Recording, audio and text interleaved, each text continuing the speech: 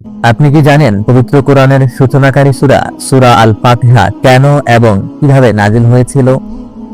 নবুয়তের প্রথম দিকে রাসূলুল্লাহ সাল্লাল্লাহু আলাইহি ওয়াসাল্লাম যখন নির্জনে যেতেন, তখন আকাশ থেকে একটা গম্ভীর এবং জ্যোতির্ময় ডাক শুনতে পেতেন, ইয়া মুহাম্মদ, ইয়া মুহাম্মদ।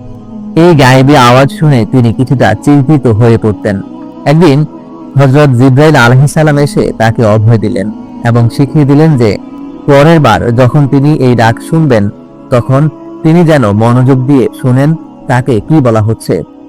পরের বার যখন রাসূলুল্লাহ সাল্লাল্লাহু আলাইহি ওয়াসাল্লাম সেই আওয়াজ শুনলেন, তখন তাকে পুরো সূরাটি পাঠ করে শোনানো হলো। বিসমিল্লাহির রহমানির রহিম, আলহামদুলিল্লাহি রাব্বিল আলামিন। এভাবেই পূর্ণাঙ্গ সূরা হিসেবে মক্কায় এটি সর্বপ্রথম নাজিল হয়।